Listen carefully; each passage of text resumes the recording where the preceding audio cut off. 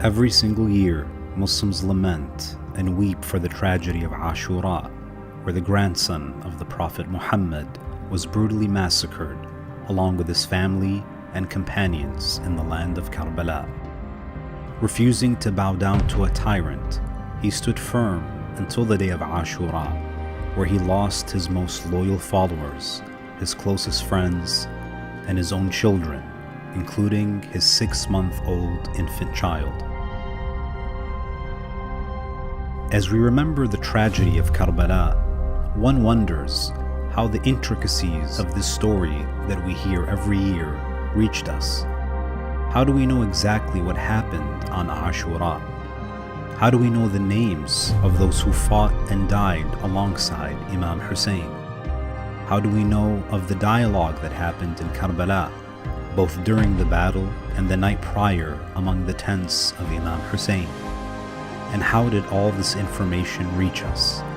In this documentary, we shall be exploring the history of the Maqtal, that is the narration of the killing of Imam Hussein, and how it reached our pulpits today, over 1,000 years later.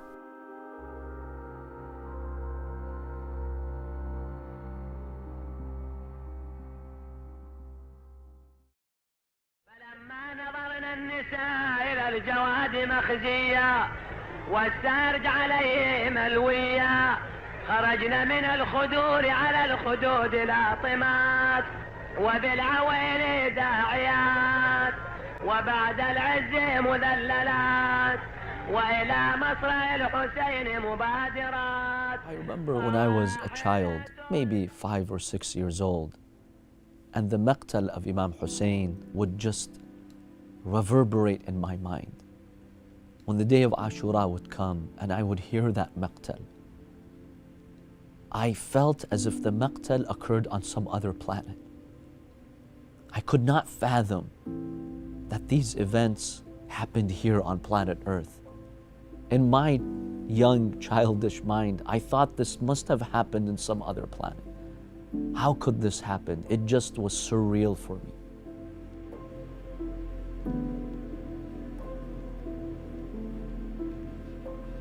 The Umayyads went to great lengths to avoid informing people of who was killed in Karbala. When they celebrated in Damascus and Sham in those early days, they would not tell people who was killed. They would say there's a family, rebels, and basically God gave us victory over them. But then news started to spread. They tried to deflect the blame. One way to do so was to blame Ibn Ziyad. It's the governor of Kufa who was responsible for that, not us. Another narrative was that Imam Hussein alayhi salam, he is the one who sparked violence. He knew there was a legitimate leader ruling in Damascus. Why did he go to Iraq?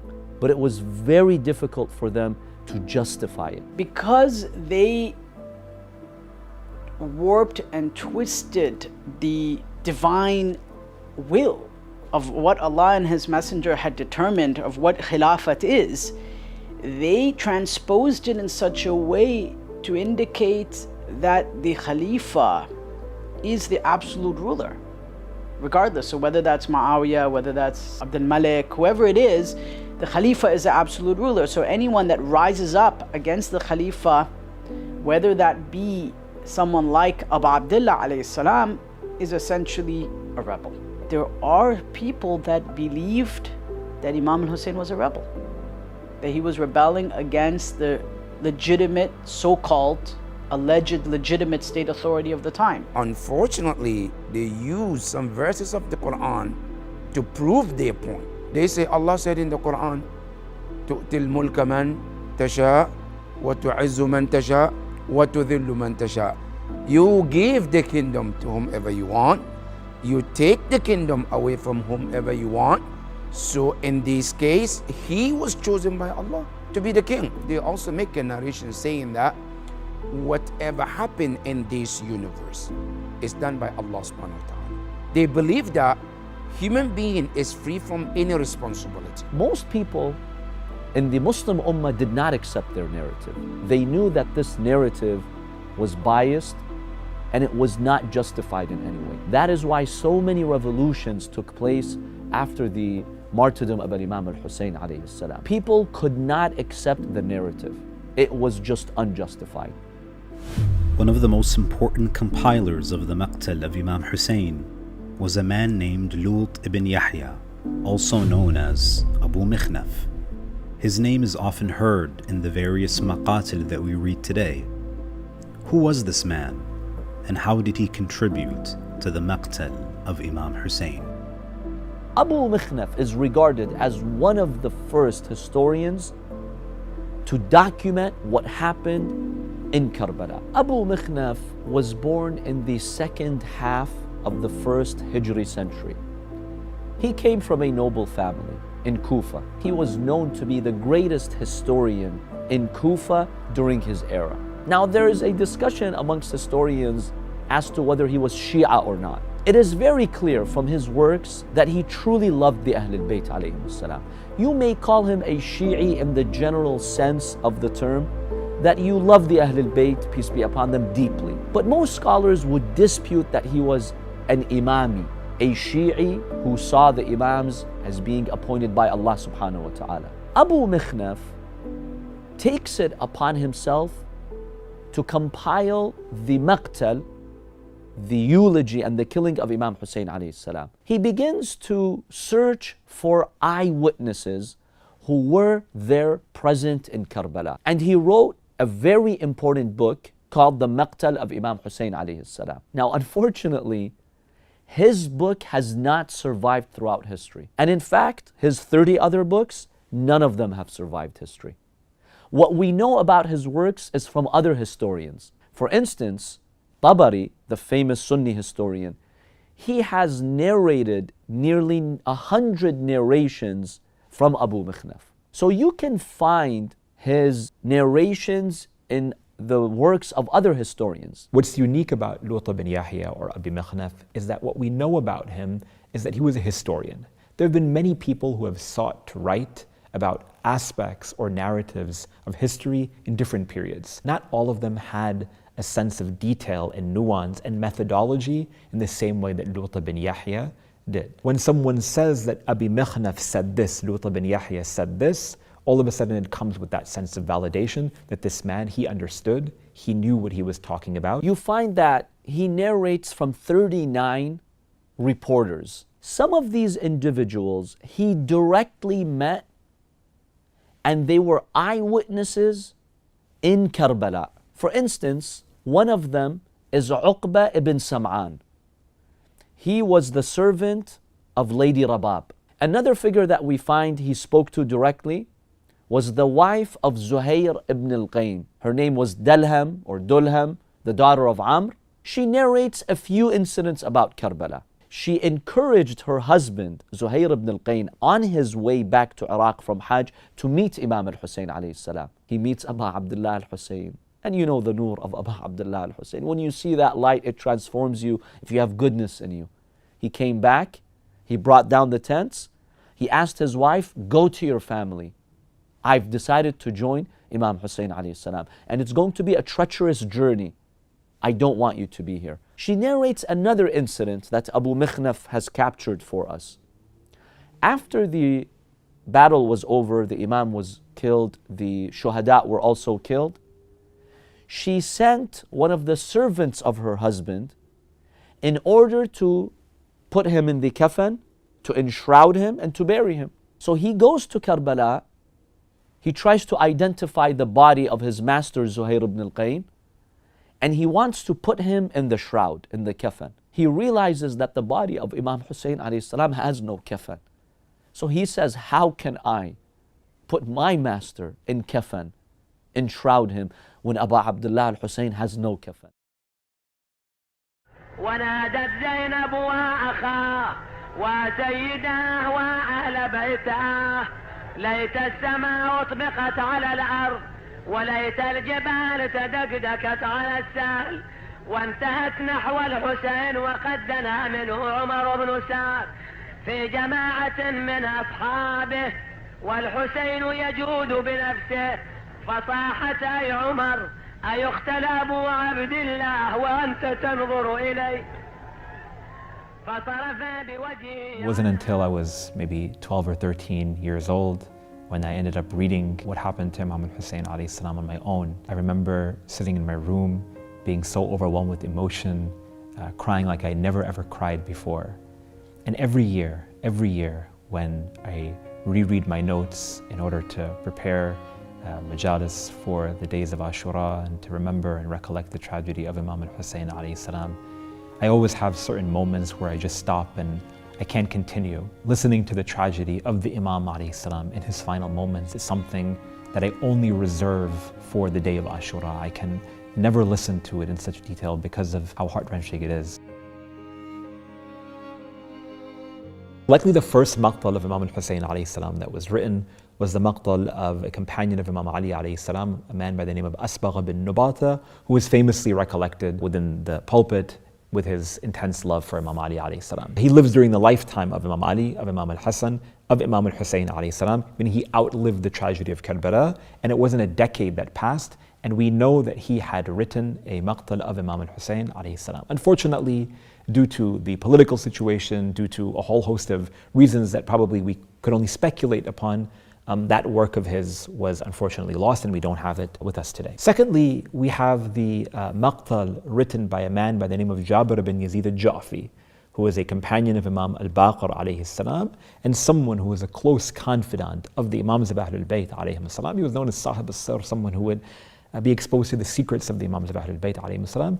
Unfortunately as well, the work of Jabir al-Ja'fi was also lost. A third maqtal is a maqtal written by a man by the name of Ammar bin Muawiyah al-Dahani. Unfortunately, though he was also a companion of Imam al-Sadiq alayhi salam, we have also lost that one. We have other works, for instance, the maqtal of Shaykh al-Saduq, who is one of our greatest and most important and significant scholars, but only a portion of that has reached us. Why we are so often focusing on the work of Abi Mikhnaf is that so many of our early scholars, including al-Saduq, including the famous historian At-Tabari, they would consistently quote Abi Mikhnaf, recognizing again that it was the central authority in that which took place and transpired in the tragedy of Karbala to Imam al-Hussein alayhi salam. We have two types of maqtals, the primary maqtals and the secondary ones. The primary maqtals are like the maqtal of Abu Mikhnaf.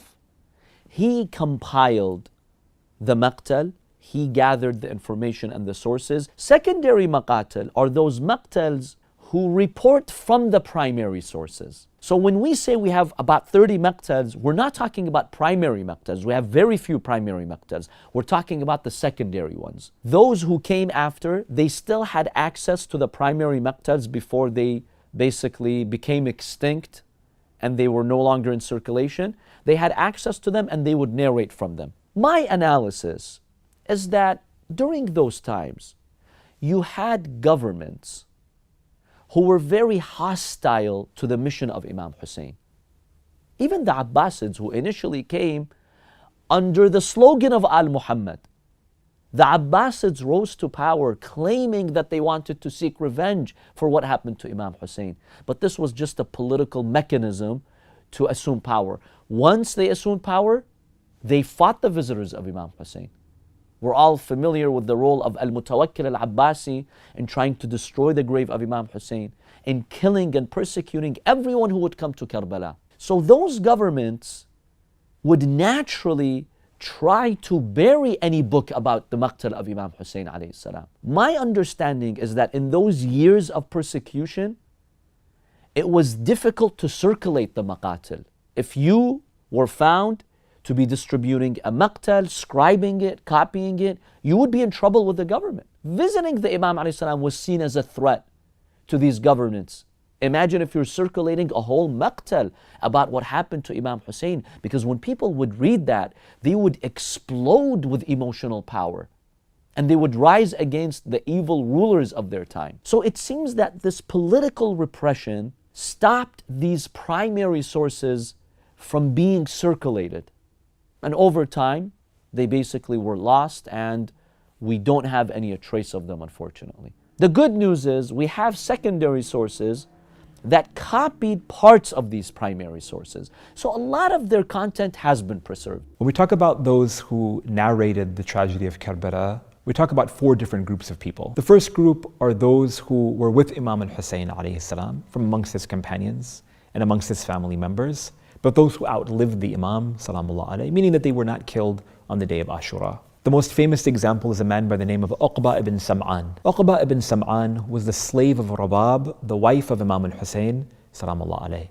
And he narrates himself that I was with Imam al-Hussein alayhi salam every step of the journey from the day that we left Medina until the 10th of Muharram. Meaning that he was with the Imam salamullah alayhi, and he was amongst those individuals who was exposed to the nuance and the detail of all of these conversations that took place leading up to the day of Ashura and through the day of Ashura. A second personality, as an example of those who outlived the Imam alayhi salam, is a man by the name of Al-Dhahak ibn Abdullah al-Mashriqi, a man who pledged his allegiance to Imam al-Hussein alayhi salatu wassalam, and at the last moment on the day of Ashura, he tells the Imam alayhi salam to give him permission to rescind the pledge of allegiance that he had given him and allow for him to return back to his family because of the fear that he was imposed by the army of Umar bin Sa'd. But he was one of those who narrate the conversations that Imam al-Hussein alayhi salam engaged in on the night of Ashura. The second group of individuals who narrated the tragedy of Karbala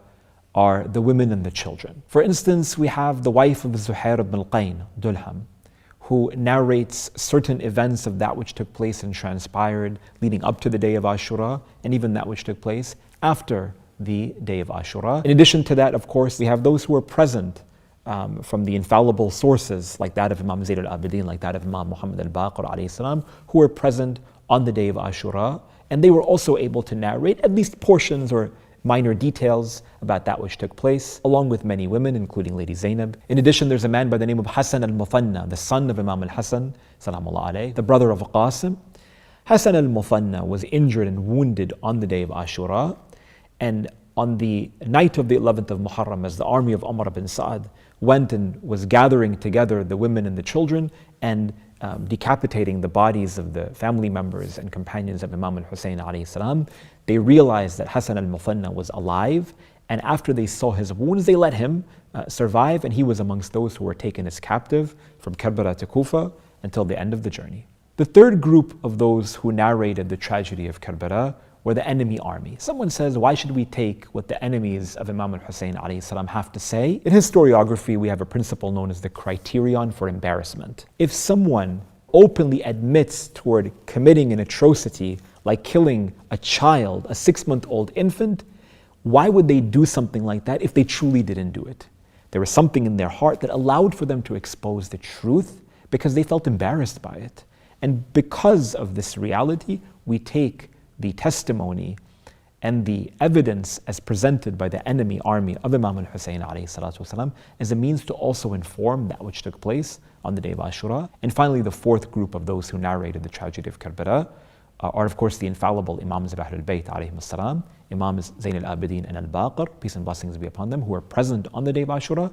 And we certainly get some detail about the day of Ashura from them and their narrations, peace and blessings be upon them. فطرف بوجهه عنها ودموعه تسيل على لحيته فقالت ويحكم أما فيكم مسلم فلم يجبها أحد ثم صاح ابن سعد بالناس انزلوا إليه وأريحوه فبدر إليه شمر فرفسه برجل.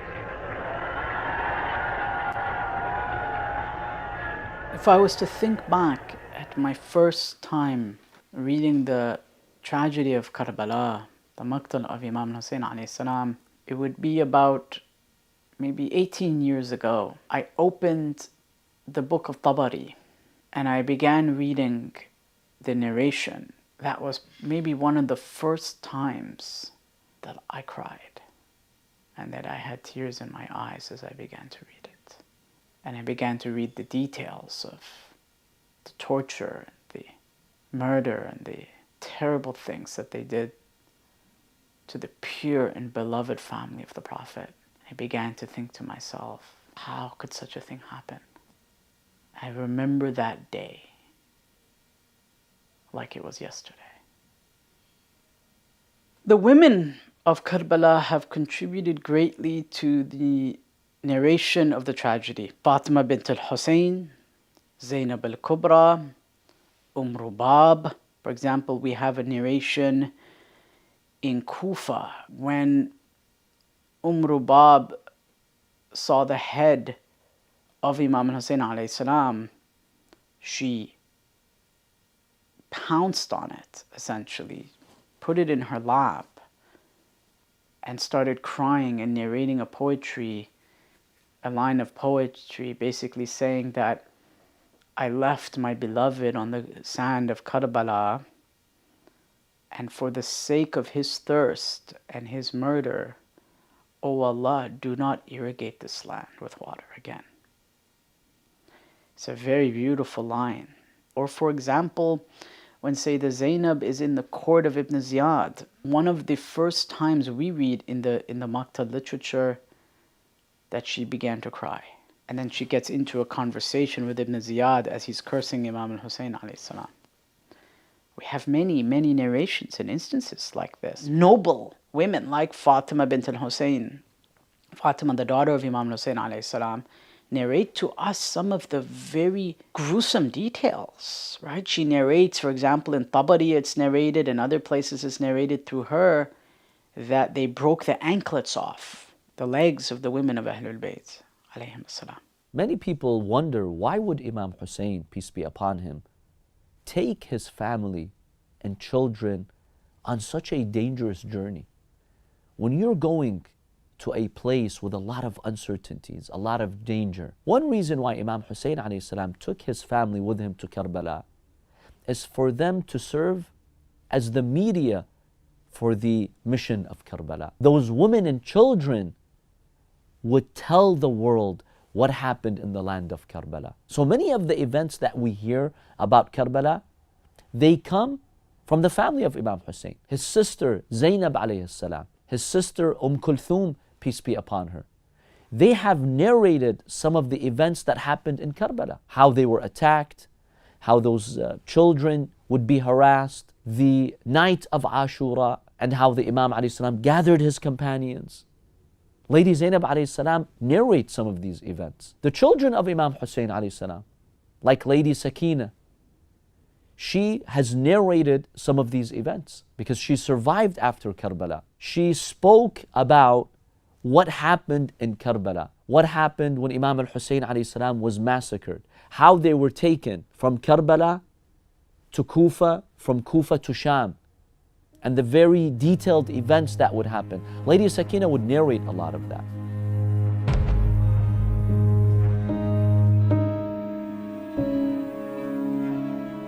One of the most prominent narrators of the Battle of Karbala is a name we hear often on the pulpits today, Hamid ibn Muslim.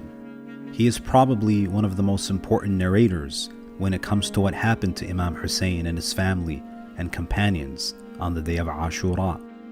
And yet surprisingly, he was not one of the companions of Imam Hussein and did not fight alongside him. So who was he, and where did his allegiance lie? One of the journalists or reporters who were present in Karbala was Humayd ibn Muslim. We do not know exactly when he arrived Karbala. Some reports indicate he might have arrived on the 9th of Muharram. Even though he does narrate some events that led to the Battle of Karbala, we don't exactly know who commissioned him to go and document the events of Karbala, but he was a friend of Umar ibn Sa'd. We can conclude that his mission was to work for Umar ibn Sa'd.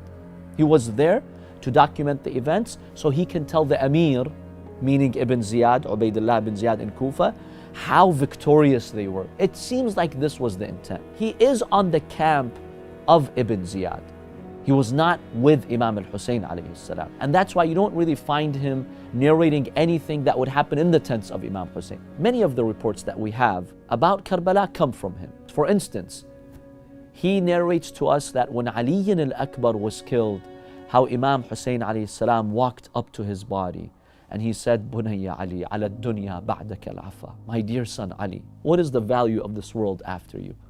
These very heartbreaking moments were narrated by Humayd ibn Muslim, and how Lady Zainab alayhi salam came running, crying over her nephew, and Imam Hussein alayhi salam sends her back to the tent. And then how Imam Hussein asks members of Bani Hashim to help him take the dismembered body of Ali al-Akbar back to the tents. The very last few minutes of the life of Imam Hussein, how he fell from the horse, how they struck him with rocks, with spears, with arrows, with swords. This is also narrated by Humayd ibn Muslim. He was there till the very last minute, watching what would happen. And then he also witnesses the events after the killing of Imam Hussein alayhi salam.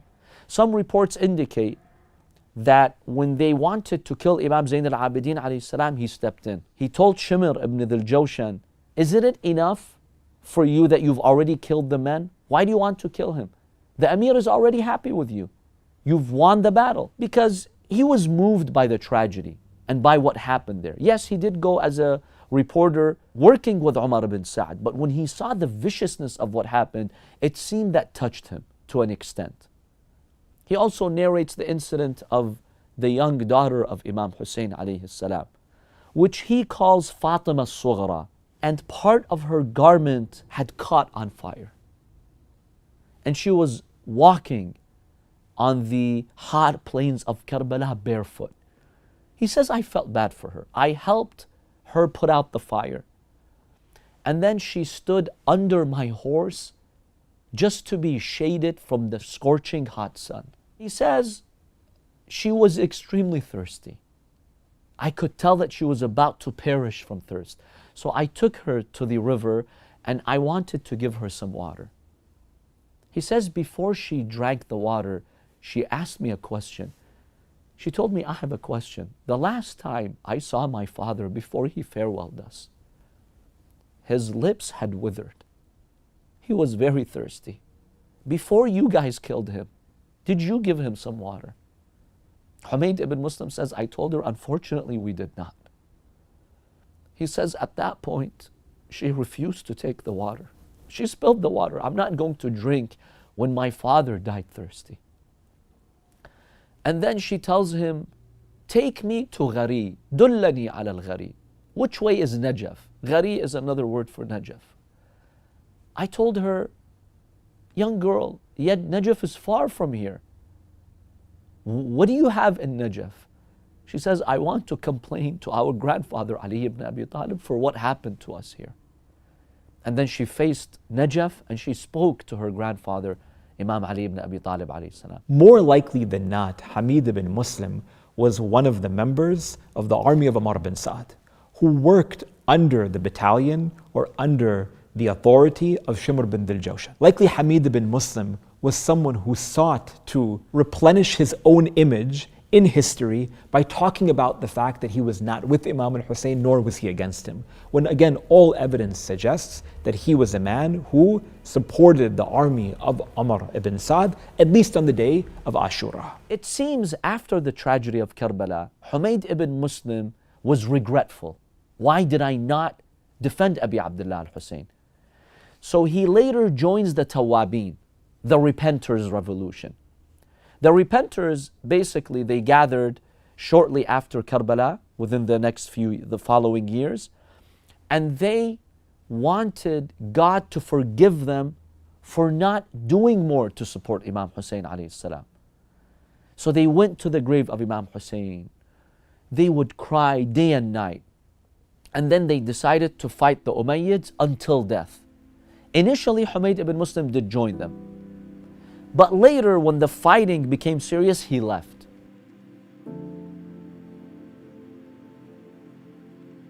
Growing up, the first time we heard about the Maqtal of Imam Hussein alayhi salam was the first year we joined Ahl al-Bayt school in Ghana. And prior to that, we never heard anything about how did Imam Hussein got killed. None of this information was ever shared with us. Personally, first time, I was at shock of what I heard. Then it kept going in my mind that, is it real that somebody will really do such thing like that? I couldn't believe it myself. And I can remember in Masjid al-Rasul al-Akram, where teacher was crying, and many of us were crying. That was the first time I could see many people in the masjid crying. Whatever the case is, from the Shia school of thought, from the Ahlul Bayt alayhim salam, it is proven and it is being confirmed that the one who killed Imam Hussein was Shimr. That is exactly what we have. And that's what the majority of the narration says. You can see that even in Ziyarat Ashura, specifically Shimr is mentioned in there. وَلَعْنَ اللَّهُ Shimra. That is one. And number two, when you come to the narration of Ahlul Bayt alayhim salam, it is mentioned that the final moment of Imam Hussein alayhi salam, Shimr was the one who was there. He was the one who spoke to Imam Hussein alayhi salam. And Imam Hussein asked him, Ya Shimr ata'arifuni, do you know me? And he mentioned my name, Ya Shimr ata'arifuni. Then he said, Bala a'rifuka haqqa al-ma'rifa. I know you very well. Then Imam Hussein asked him, who am I? He says, Anta al-Hussein, wa abuka Ali, wa ummuka al-Zahra, wa jadduka Rasulullah. Which is the best definition you can ever ask for about Imam Hussein. The narration goes into details what he did, and finally he was the one who cut the head of Imam Hussein alayhi salam on the day of Ashura. So from the side of Ahlul Bayt alayhim salam, the actual killer of Imam Hussein was Shimr bin Zul-Jawshan. So Sanan is never majority from the narration of Ahlul Bayt alayhim salam in that sense. And it could be from some of the narration, it's just to drive some of the fact away from the root of what exactly happened. And also, we have many books, like for example, if you go to the book called Jaza'u Qatalat al-Hussein, the reward of those who killed Imam Hussein alayhi salam, it talks about each one of those companions and the role they played. Who did what? Who didn't do what? Who were those who were on the water preventing Imam Hussein alayhi salam? Who actually killed who among the entire companion? They all documented, and the documentation also proved that the killer of Imam Hussein is Shimr bin Zul-Jawshan. السلام على آدم صفوة الله من خليقته السلام على شيخ ولي الله وخيرته السلام على إدريس القائم لله بحجته. Another important source that tells us not only various details of what happened that day in Karbala, but also the names of various companions and family members of Imam Hussein is Ziyaratun Nahiya. It is a salutation to Imam Hussein that is an integral part of Shi'i heritage and is recited all across the world. Though it is attributed to the 12th Shi'i Imam, Imam al-Mahdi, Ajjalallahu Ta'ala Faraja, some question its authenticity. So is it something that we can rely on? Ziyarat Nahiya al-Muqaddasa is a salutation that's been attributed to the 12th Imam Sahib al-Amr, Ajjalallahu Ta'ala Faraja. And we have two different versions within our historical records. One is Ziyarat al-Nahiya, which is a salutation upon each and every one of the companions of Imam al-Hussein alayhi salatu wasalam. Thus we have their names as narrated by Imam Mahdi. The second, the more popular version of Ziyarat al-Nahiya al-Muqaddasa is the ziyarah of Imam al-Zaman to Imam al-Hussein alayhi salam, which tells us and gives us a great detail about that which took place and transpired on the day of Ashura. And it is one of the most important early sources that we have of the maqtal of Imam al-Hussein alayhi salatu wasalam. Many would argue that Ziyarat Nahiya al-Muqaddasa cannot be accurately attributed to Imam al-Zaman. This particular ziyarah is narrated in a work by the name of Mazar al-Kabir, by a scholar by the name of Sheikh Muhammad ibn Ja'far al-Mashhadi, who compiles many different supplications and adhkar and ziyarat of the Imams of Ahlul Bayt alayhim salam, and amongst them Ziyarat Nahiya al-Muqaddasa, which again speaks to so many details of that which took place on the day of Ashura. The biggest question mark around this particular ziyarah is with regards to its sanad, or its chain of transmission. And Most would reject Ziyarat Nahiya al-Muqaddasa because it doesn't have an accurate chain of transmission that goes back to the Imam of our time. In the beginning or the introduction to the work, Sheikh Muhammad al-Mashhadi, he narrates that he removed and truncated all of the asanid of the adhkar and of the dua and of the ziyarat that he presents within his text with the sole purpose of making it more accessible to the reader. He, a scholar of great distinction, known for his expertise in ahadith and in ziyarat and in adhkar, he says that everything that I'm presenting to you is of sound value. Now, even if we were critical of him, at the very least, we give him the benefit of the doubt to suggest that that which is presented in Ziyarat Nahiya al-Muqaddasa has some truth to it, even if every single word may not be attributed to Imam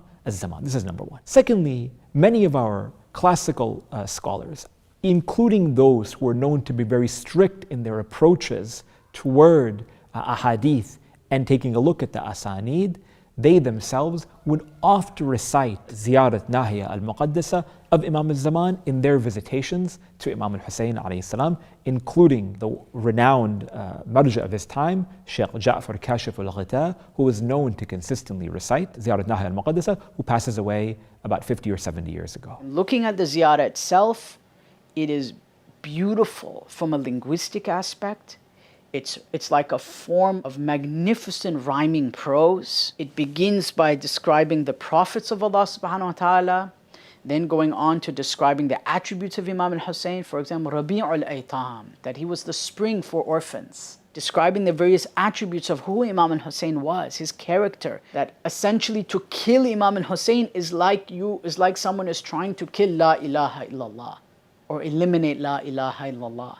That basically Imam al-Hussein, everything that he stood for represents La ilaha illallah. And then also describing the details of his death. For example, it states, and they showered him with spears. They blocked him off from the Furat. Shimmer sat on his chest with a dagger to his neck, as the sweat of death dripped or came down his face. He looked right and left with his hands opening and closing, looking towards his family before he died. So describing in great detail the final moments of Imam al-Hussein alayhi salam. It's very moving, it's very powerful. And if we can rely on the narration of Ibn al-Mashhadi in his Mazar al-Kabir, then we can reasonably believe that it is possible that the 12th Imam, may Allah hasten his reappearance, narrated to us the siyarah. After the Battle of Karbala, many of the killers of Imam Hussein were killed directly or by the order of Mukhtar al-Thaqafi. Many of them would admit their crimes and actions of what they did in Karbala before their deaths, giving us further clarity to what happened on the day of Ashura. Who was Mukhtar al-Thaqafi, and what role did he play in avenging the death of Imam Hussein? Al-Mukhtar al-Thaqafi is a very important figure after the Battle of Karbala. He wanted to join Imam Hussein alayhi salam, but he was imprisoned in Kufa. Ibn Ziyad had him lashed 100 times, and also he imprisoned him in Kufa, so he could not go to Karbala and help Imam al-Hussein alayhi salam. Later he went to Iraq, he established the seat of his government in Kufa, and he led an uprising against the Umayyads. And his main mission was to seek revenge from all the killers of Imam Hussein alayhi salam. So he would tell his men, go and find where they are, where they're hiding. Bring me reports, eyewitnesses, anything you can find. Who did what in Karbala? They have to be punished. Ubaydullah ibn Ziyad, he was killed by the son of Malik al-Ashtar, but he was working with al-Mukhtar. Umar ibn Sa'd, Shimr ibn Dhil Jawshan, they were all killed by the direct command of al-Mukhtar. So he killed many, tens if not hundreds of those evil people who were present in Karbala, and they contributed in killing al-Imam al-Hussein alayhi salam. But one of them was Harmala. One narrator states, I met al-Imam Zayn al-Abidin alayhi salam in Hijaz, and he asked me, where is Harmala in Kufa? Is he alive? He responds to the Imam, yes, when I left Kufa, he was still alive. The Imam alayhi salam raised his hand in dua and he said, "Oh Allah, make him taste the pain of iron and the pain of fire." Harmala really broke the hearts of the Ahlul Bayt. The venomous arrows, the three-pronged arrows that he would shoot at the members of Ahlul Bayt is something that the Ahlul Bayt were traumatized over. He is the one who shot Al-Imam al-Hussein in his chest, such that his arrow went to the heart of Abu Abdullah al-Hussein. You have an evil man who struck the heart of the grandson of Rasulullah. Is there a tragedy greater than that? He also slaughtered the infant carried in the arms of Imam Hussein alayhi salam, from vein to vein, min al-warid ila al-warid. Some reports also state that he shot Abu al-Fadl Abbas alayhi salam in his eyes, or the son of Imam al-Hasan who came to protect his father, his uncle in those final moments. He shot him and he killed him in front of his uncle. So this narrator, he goes back to Kufa, he meets Al-Mukhtar. During that time, Al-Mukhtar had just captured Harmala. So they bring him to Al-Mukhtar. Al-Mukhtar has his hands amputated, his legs cut and amputated, and then he is burnt to die. This narrator, when he saw that, he said, "Subhanallah." He told him, "I just came back from meeting Al-Imam Ali ibn al-Hussein Zayn al-Abidin," and he made this dua on against Harmala. At that point, Al-Mukhtar came down from his horse and he prostrated to Allah subhanahu wa ta'ala. Undoubtedly, the greatest source of the details of what happened on the day of Ashura is the fourth Imam himself and the surviving son of Imam al-Hussein, Imam Ali Zaynul Abidin. Throughout the remainder of his life, he never let people forget what happened to his father and the atrocities of the day of Ashura. Imam Zayn al-Abidin, Salamullahi alayhi, had played a very, very important role. Him being the Imam after Imam Hussein alayhi salam, aftermath of Karbala, Imam Zayn al-Abidin was not allowed to speak. When they were taken as a prisoner in the castle of Yazid, he has to ask permission to even speak in that crowd. They wouldn't allow him. And even when they gave him, they wouldn't let him to speak his mind to the end. They have to interrupt with adhan to cut him off. Even though with all of this restriction, the first thing Imam Zayn al-Abidin did was to adapt a new system through dua, which he used as a way to educate people and reach to people. And that's why we have today what we call a Sahif al-Sajjadiyya from Imam Zayn al-Abidin. Imam Zayn al-Abidin used to go to the market and buy slaves in the market and then bring them home and keep them with him for the entire year. Now the entire year what he does is to give them the crash course about Islam. Quran, ahadith, fiqh, history, all of that he will give them. It is mentioned that on the day of Arafah, Imam Zayn al-Abidin will tell all of them, you are no longer slaves. From today, you are all free. One condition is you have to tell the people wherever you are about what happened to my father. That was the condition of Imam Zayn al-Abidin. And that is one of the ways that people were able to hear about the tragedy of Karbala. You will be surprised that historically, even in Africa, that's how people were able to get the story of Karbala. Perhaps the most well-known Shia narration in our text, that is in the Kutub al-Hadith of Shia, is the Maqtal of Imam al-Hussein as narrated by Imam Zayn al-Abidin in the Amali of Sheikh al-Saduq and in other texts as well. In this narration, Imam Zayn al-Abidin describes the events of the day of Karbala. It's a very interesting and important narration. I believe this narration and description of the events of Karbala should be necessary reading. Every time he'd drink water, he would mix the water with his tears. Every time he would eat food, he would remember the hunger of Imam Hussein alayhi salam. Every time he'd pass by, he would see a sheep being slaughtered. He would look towards Karbala and he would say, my father Hussein, in this ummah, even the sheep is given water before it's slaughtered, but you were slaughtered without water. It is these moments that kept the legacy of Imam Hussein alive. in times of severe persecution, when the Umayyads had a firm grip on power still, Imam al-Hussein, through his tears, he mobilized the nation to wake up and know what happened to Imam al-Hussein alayhi salam. One of his companions, he says, once I heard al-Imam Ali ibn al-Hussein alayhi salam go into sujood, and he would cry excessively after decades. I told him, Ama ana lihuznika an yanqadi. Isn't it time for your sorrow to end? Come on, it's 30, 35 years. He told me, woe upon you. Yaqub, Jacob, he was a prophet of Allah, and God gave him 12 sons. He was separated from one of them. And he was not killed. He was in this world. He was just separated from Yusuf. But he cried until his eyes became white. He cried until his back became bent. And I saw 17 members from my family, along with my father, Imam Hussein, massacred around me. You really expect my sorrow to end? So that flame of Karbala, the immense grief, was kept alive by Al-Imam Zayn al-Abidin alayhi salam. Al-Imam Zayn al-Abidin did not have an army, did not have a state, but he had the power of the tear. Through the power of the tear, he kept the memory of Karbala alive. And today, we would not know Karbala the way we know it without Al-Imam Zayn al-Abidin, without him keeping that passion. Every passion that you and I have today, it is from Al-Imam Zayn al-Abidin alayhi salam. He was instrumental in that.